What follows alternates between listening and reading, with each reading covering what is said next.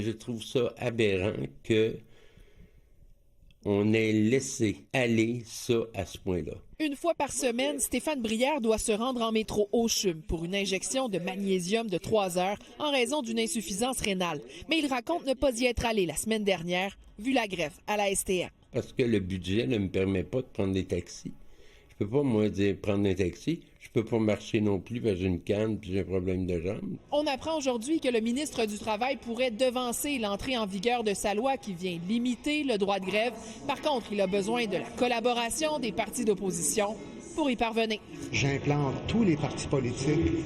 La collaboration actuellement s'impose. Je suis obligé de collaborer sur la fin du conflit de travail à la STM parce que c'est un service essentiel à nos yeux puis il faut que ça cesse. On s'est dit très ouvert à collaborer avec le gouvernement. Québec solidaire reste sur sa position. Non, on n'appuiera pas la procédure accélérée. Que la CAQ débarque ici puis me dise « Ah, ben là, tout à coup, nous, ça nous intéresse, le transport en commun, puis que c'est à cause de QS qu'il y a une grève. » Excusez le bon français, mais bullshit. Vous avez sous-financé la STM puis les autres transports collectifs pendant des années. Là, tout à coup, ça serait à nous de porter le chapeau. Non, merci. Le premier ministre insiste. On aimerait savoir la collaboration de Québec solidaire et de tous les partis d'opposition parce que c'est très grave ce qui arrive aux travailleurs à Montréal. Très grave. Dans un communiqué, le syndicat des chauffeurs dit que l'intervention du gouvernement risque de durcir les positions et de prolonger inutilement le conflit. Les employés d'entretien soulignent des avancées suivant les rencontres de médiation. La nouvelle mairesse de Montréal demande une trêve.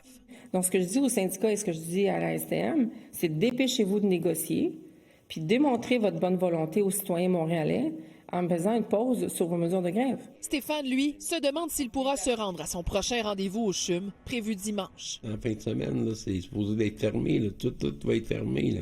Fait qu'il n'y en aura pas d'injection. Là.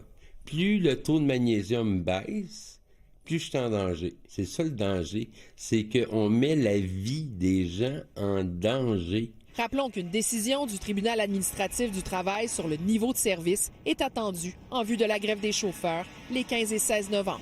Élisabeth Laplante, TVA Nouvelles, Montréal.